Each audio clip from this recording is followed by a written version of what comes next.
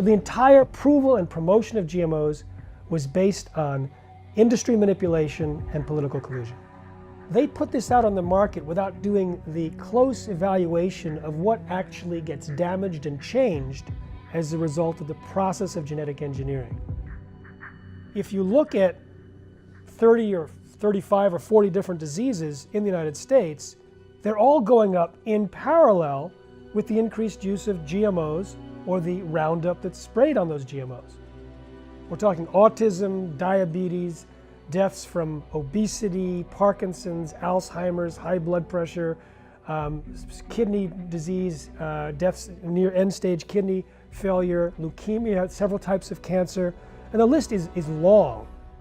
How is it that GMOs could possibly contribute to all of these different diseases? So we look at three categories.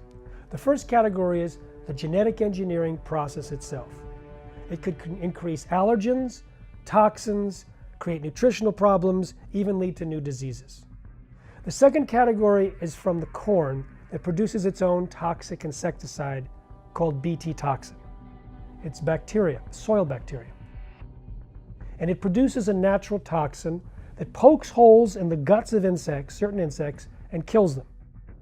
But the biotechnologists decided to put the gene from the bacterium into the corn plant. And it's in every single cell of the corn. And it produces the Bt toxin thousands of times greater concentration than is used in the spray. So we're eating a corn that can possibly poke holes in the walls of our intestines. Now the intestines walls are only one cell thick. If you can poke a hole in that, that's leaky gut, permeable gut. And then you end up with a system that is correlated with cancer, heart disease, Alzheimer's, Parkinson's, inflammation, autoimmune disease, and allergies, among others. The third is the Roundup and the glyphosate-based herbicides. Glyphosate was originally patented as a cleaner, an industrial cleaner to clean boilers and pipes. And that's because it was patented as a chelator. It grabbed onto the minerals. Minerals are absolutely essential for certain metabolic pathways to function. And one of those pathways is called the shikimate pathway, which Monsanto bragged out loud that, well, humans don't have the shikimate pathway, but the gut bacteria have a shikimate pathway. The gut bacteria use the shikimate pathway to produce the building blocks, the aromatic amino acids, that produce the neurotransmitters that we all know and love, serotonin, melatonin, and dopamine. If we're not producing enough of these neurotransmitters, that could explain a lot of these problems. The depression, the anxiety, the stress from the serotonin. Also the regulation of blood sugar. Also the ability to say, I'm full, I can stop eating. That's in the domain of serotonin. Melatonin, the sleeplessness. You can track sleep disorders and insomnia with the increased use of glyphosate sprayed on Roundup-ready soy and corn. And the dopamine linked to Parkinson's disease and also other things also linked to these particular diseases and disorders. In the late 90s, the different GMO companies pooled money together, spending $50 million a year for 5 years to convince Americans and other developed country citizens that GMOs were needed to feed the world. And this has become like basically the background story, even though it's entirely untrue. GMOs have nothing to offer to feed the hungry world, eradicate poverty, or create sustainable agriculture. I was giving a lecture at MIT. I also asked the audience, please share with us anything that you noticed when you switched to non-GMO, any improvements. And a woman stood up and she said, my 6.5-year-old was out of control and he was violent and they wanted to kick him out of school. And I saw your movie Genetic Roulette, so I changed his diet, all the problems went away. I said, how long did it take? She said, 1 week. Wow. And then she paused and said, within a month, I had a new son. Non-GMO is not enough. Buy organic. Do you want to feed your kids poison, knowing that it's going to cause some kind of slow deterioration? Or do you want to see who's in there that's been suppressed by that food and let that boy or girl come out with full energy and intelligence. I mean, it's amazing the kind of stories that I'm hearing about the transformation that occurs, especially in children.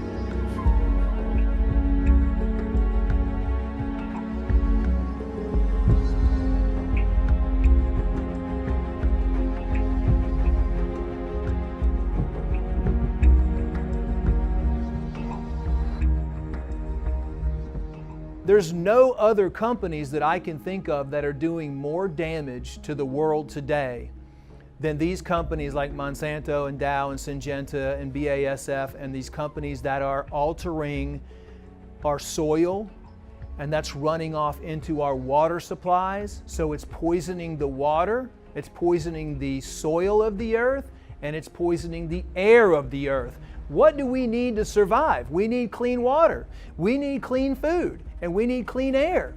And these companies are contaminating all three of those processes.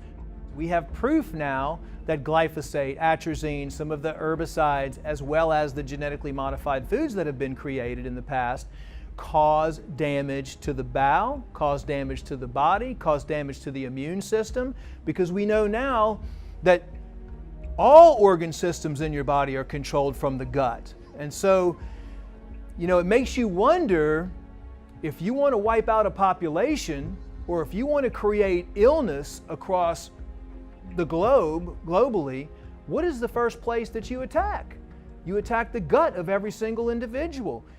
Was there some planning behind this? Because they know, or do they know, that if they disrupt and damage the gut, that they're ultimately going to create massive amounts of disease and sickness in the population all over the world. The main cause, if you want to look at the root cause of disease, and you want to take it even a step farther from people eating and being exposed to all these chemicals, then you start looking at who is producing these chemicals, right, who is approving these chemicals. You have massive allergies that are happening right now with children because of the genetically modified foods. The Columbia University Medical Center just came out with a study on this CRISPR technology, this gene editing technology, and they found hundreds of mutations that can happen using this technology. So we have a serious problem on our hands right now, especially in the United States and around the world, because this is the direction these companies are going.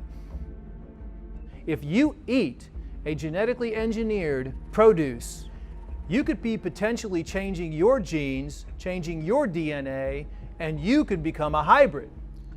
I always say it's we the people that are the ones that create the fastest change.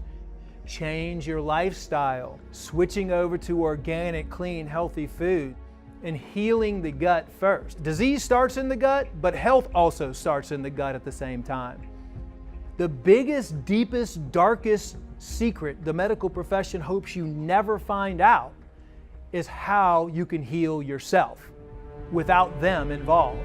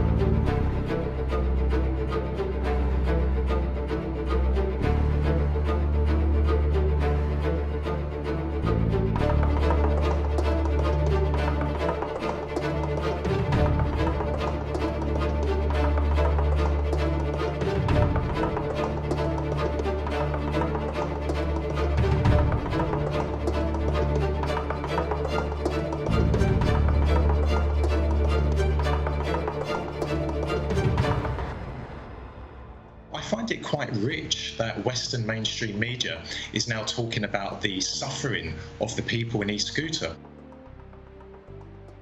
Well, where was Western mainstream media in the last 6 years when the inhabitants of that region have been suffering so terribly at the hands of terrorists who are being backed by the Americans and the British? And let us not forget as well, on a daily basis for the last 6 years, the terrorists in East Ghouta have been mortaring and have been firing rockets into Damascus. They have been aiming at schools, hospitals, nurseries. Indeed, last week, they killed a large number of children. But would it not be naive to say that Syria's treatment of its civilians is equally as bad? I mean, we've only seen in this attack yesterday the use of chemical weapons, chlorine gas. You are relying on the white helmets. They are a propaganda weapon of the terrorists, and they are the brainchild of the British government. And at the same time, even worse than being a propaganda tool, the white helmets are actually Islamist terrorist fighters themselves. We have independent witnesses, we have independent footage of white helmet individuals standing over the bodies of dead Syrian soldiers. You must not rely on the white helmets.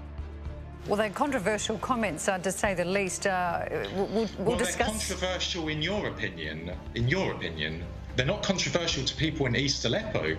If you go to East Aleppo today, which was under the control of Al-Qaeda, they will say my comments are controversial. They will say you are controversial.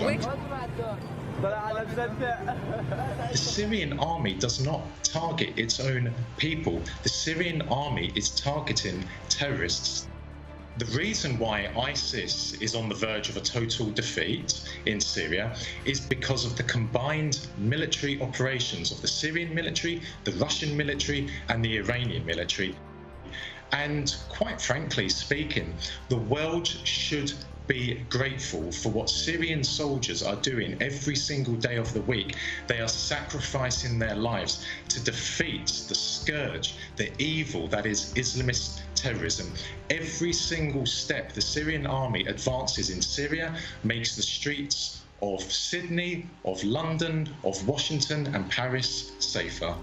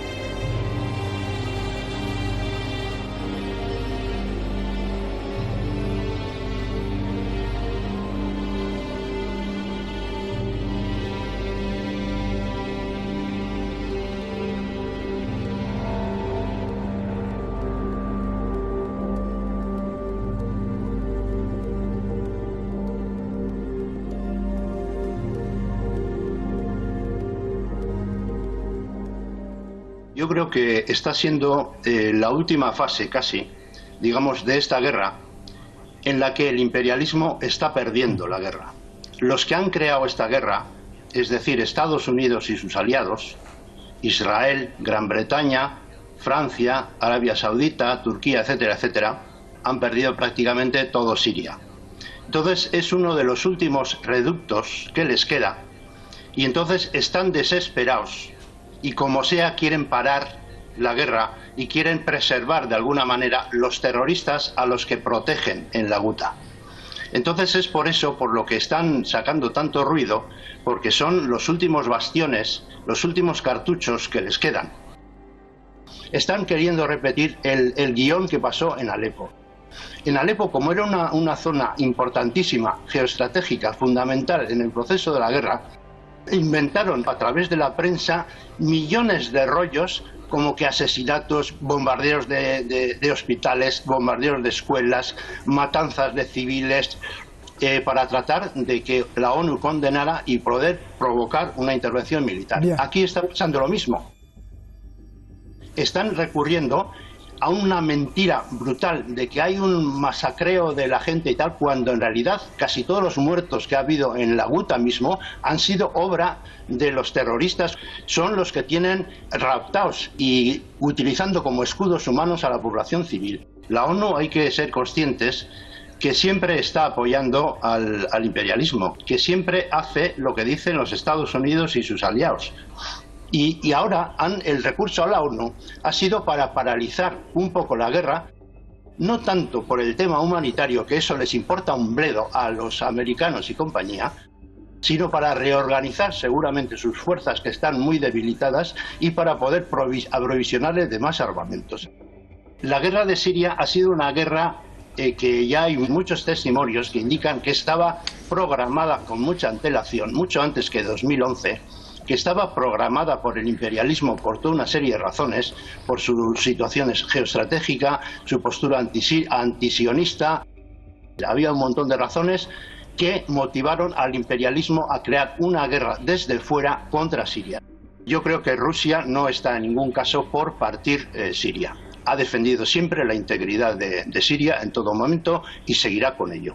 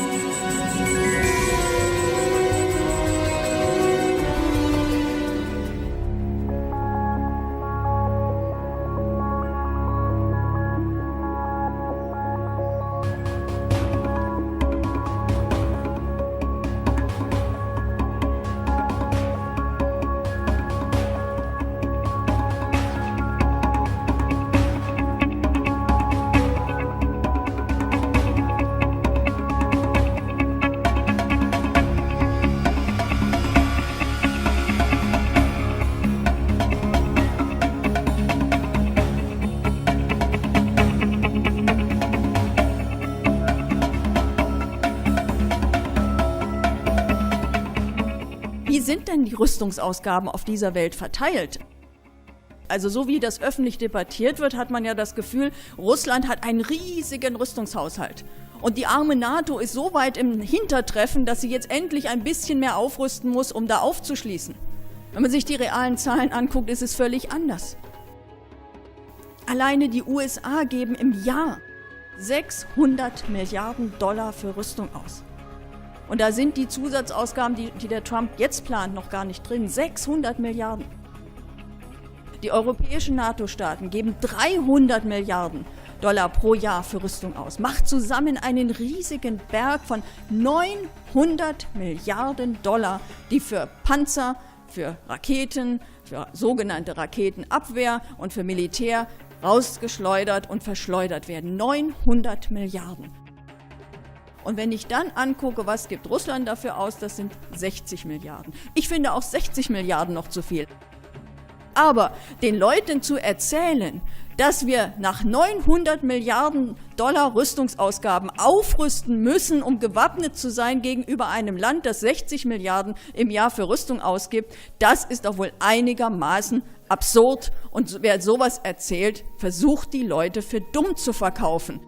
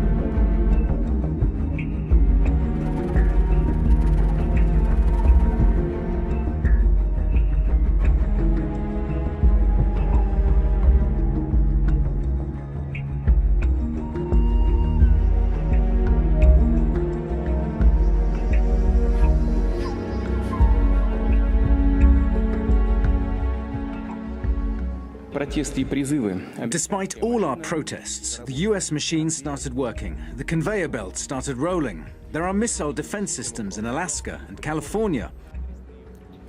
As a result of NATO's eastward expansion, they've set up missile systems at 2 new European locations. One has already been deployed in Romania, and another will be set up in Poland soon.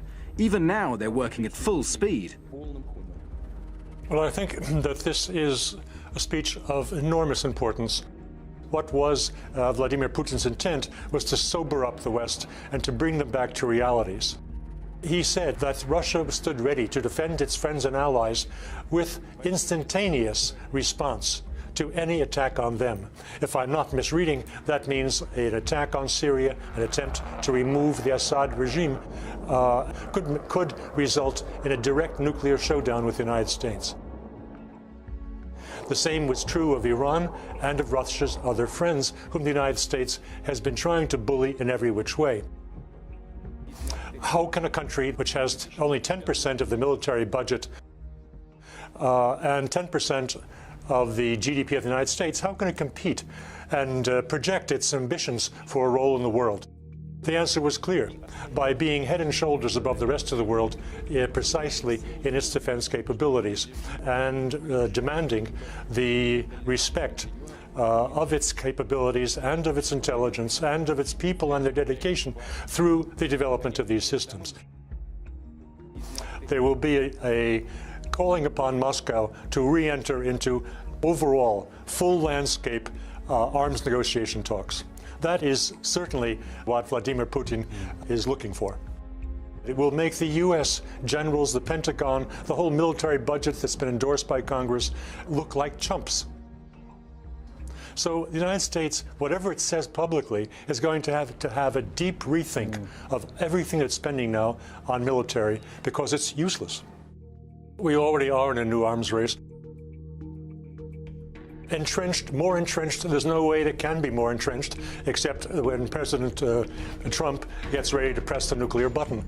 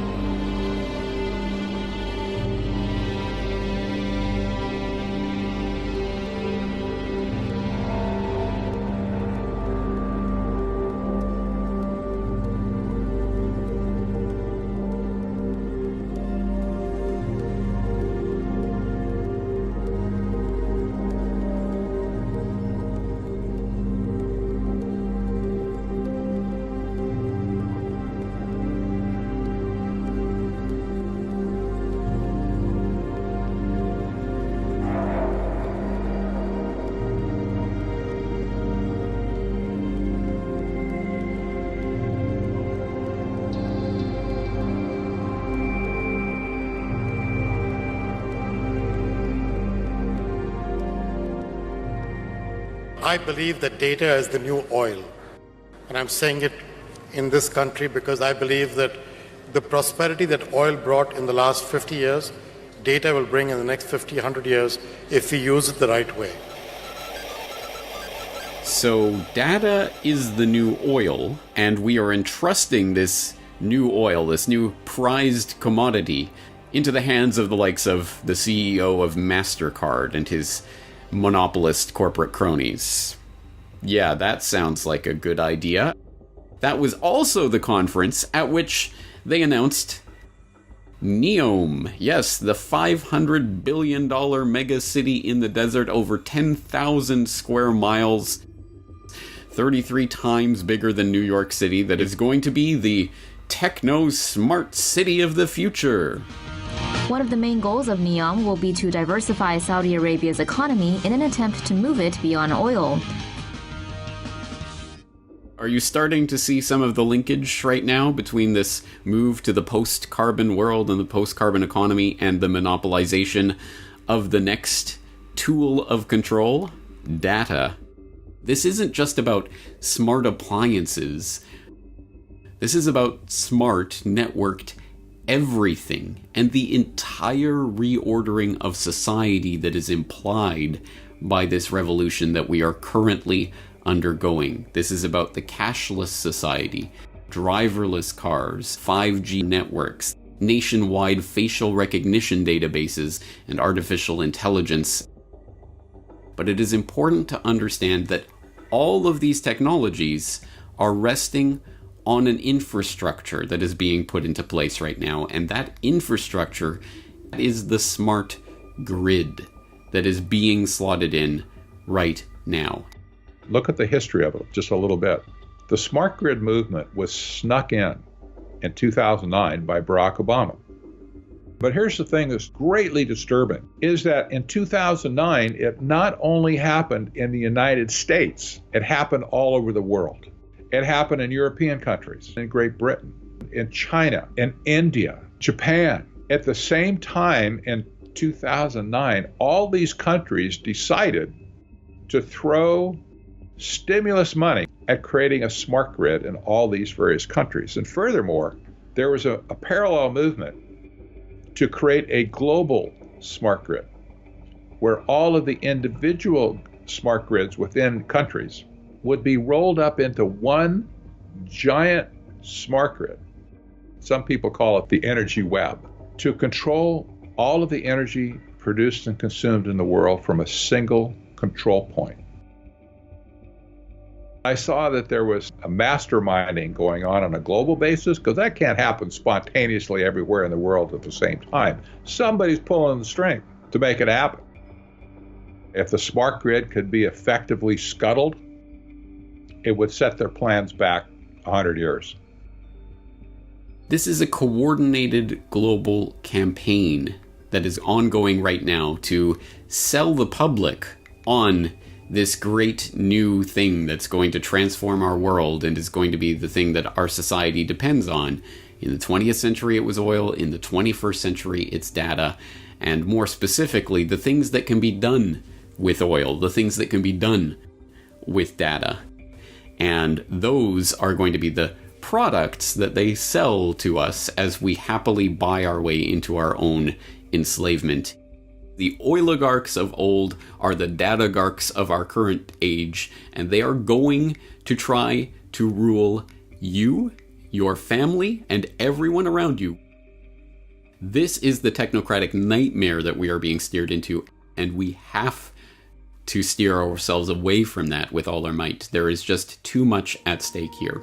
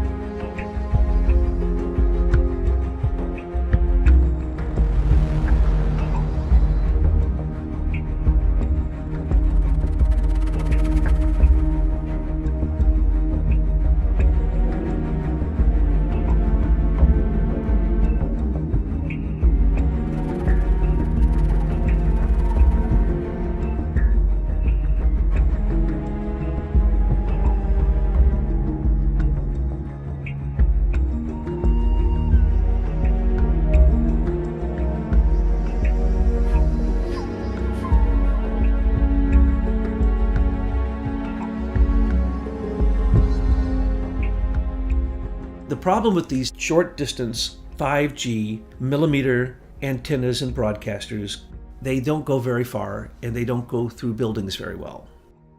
So they already invented a new type of antenna that would make all of these completely obsolete. Because we're soon going to have it in space, Google or Alphabet, Eric Schmidt, already had the contract to put into space Wi-Fi broadcasters on satellites for the military, space super servers. As he has a system where he only needs to now add 3,000 more satellites and he will have complete global 5G Wi-Fi dominance of the world. This broadcast of this type of millimeter 5G, as they call it, it's like projecting a cloud of electromagnetic frequencies, but on such a high level that it is basically the speed of light. So there's a battle between Eric Schmidt and Elon Musk. Elon Musk and all this stuff going into space, those are satellites. He's doing experiments in different parts of the world. The one that didn't make it into space and blew up recently, that one was headed for South Africa. Why was he going to broadcast Wi-Fi to South Africa?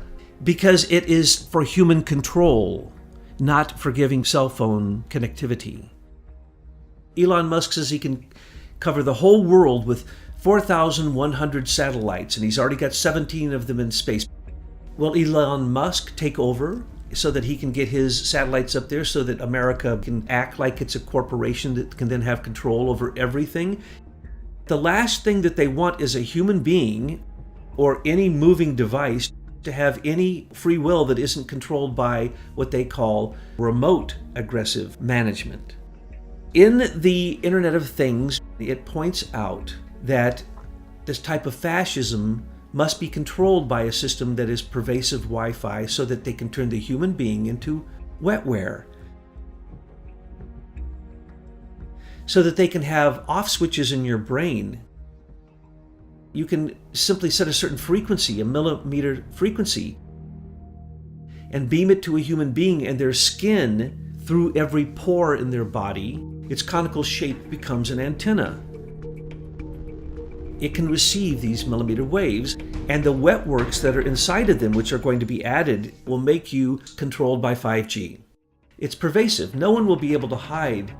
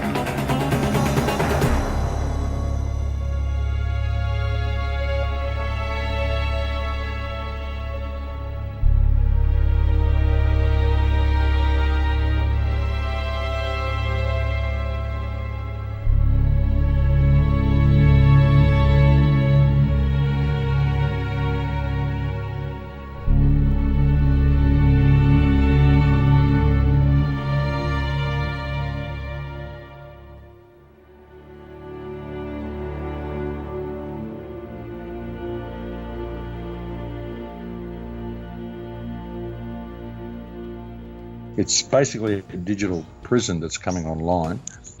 It's a prison whereby everything will become digital, like all transactions will become digital. And if you think outside the box, they'll introduce some sort of a social credit system the way they've done in China recently.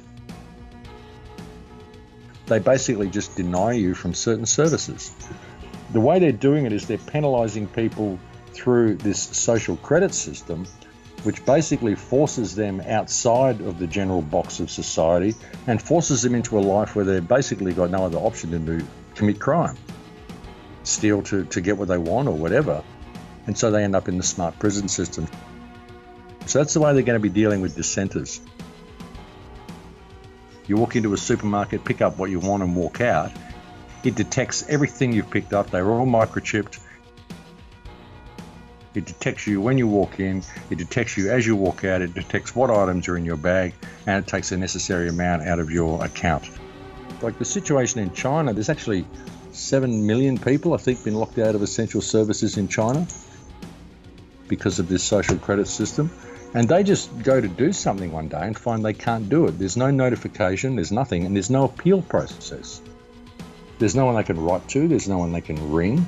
What they just have to do is start behaving the way the government wants and try to accrue those points again so that they have access to the basic services that everybody else has. So that's the sort of system we're heading into. A system that is, there'll be two types of humans, desirables and undesirables. This smart grid is coming online in every single country underneath everything else. And the smart grid is the new world order. And it's been rolled out under the guise of convenience. I think all these governments work together to do what they wanted to do. And it's all about bringing this whole smart grid online. And it's always been about bringing this smart grid online. So yeah, I think it's a huge play on behalf of government.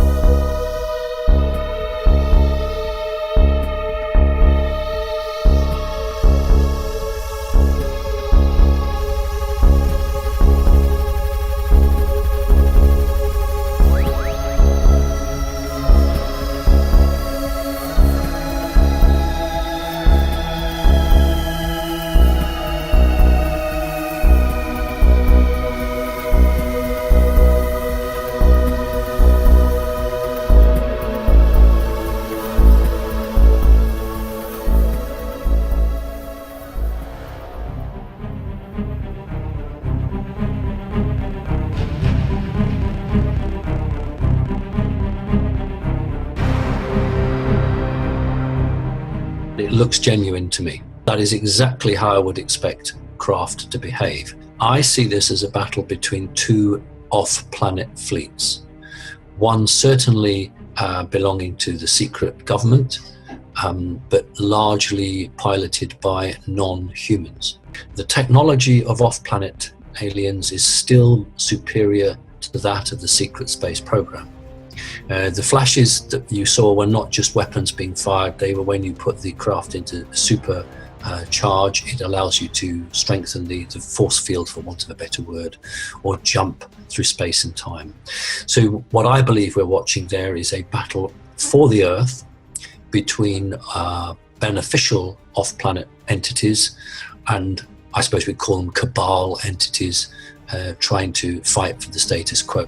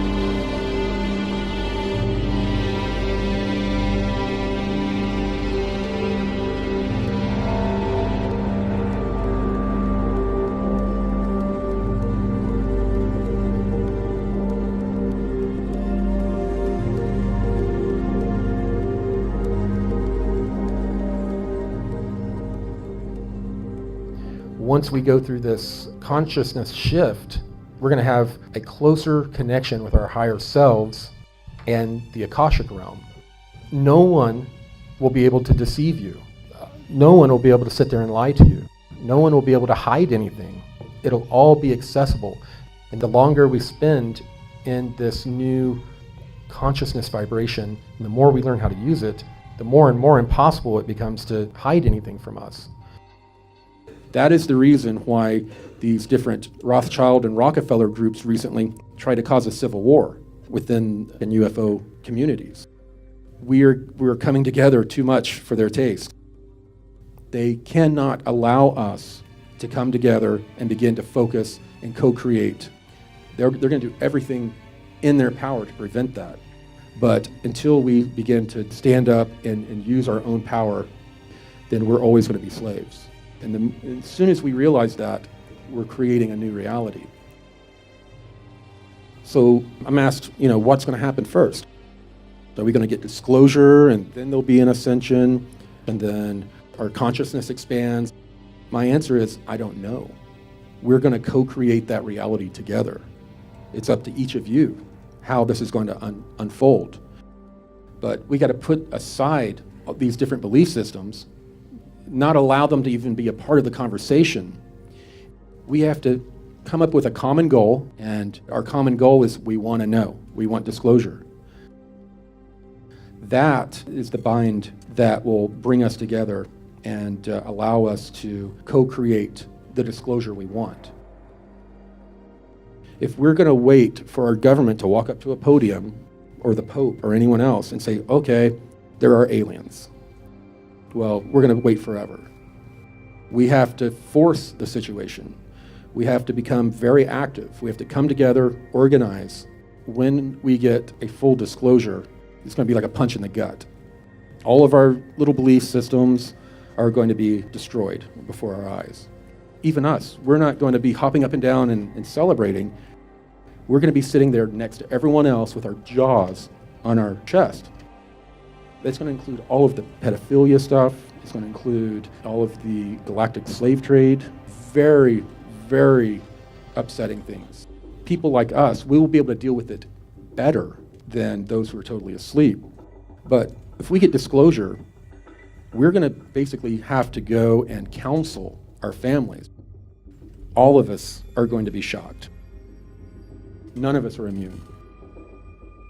What we need to understand, this disclosure that we're asking for is extremely important for us to be able to move on as a species. They're going to be this Nordic group and a couple other very human-looking groups are going to be working with us to reduce the shock on our civilization. We're going to have a very visceral reaction to beings that don't look like us. So for our own comfort level, the beings that are more genetically compatible with us are going to begin to interact with us and help us not only adjust to the energies, but to understand the consciousness aspect. And they're going to come in and say, okay, there's been a change. You see things differently, you think differently, you know each other's thoughts. There are no lies that can be had between you. And they're going to take us by the hand as a loving cosmic family member, and they're going to assist us. They're not going to do the work for us.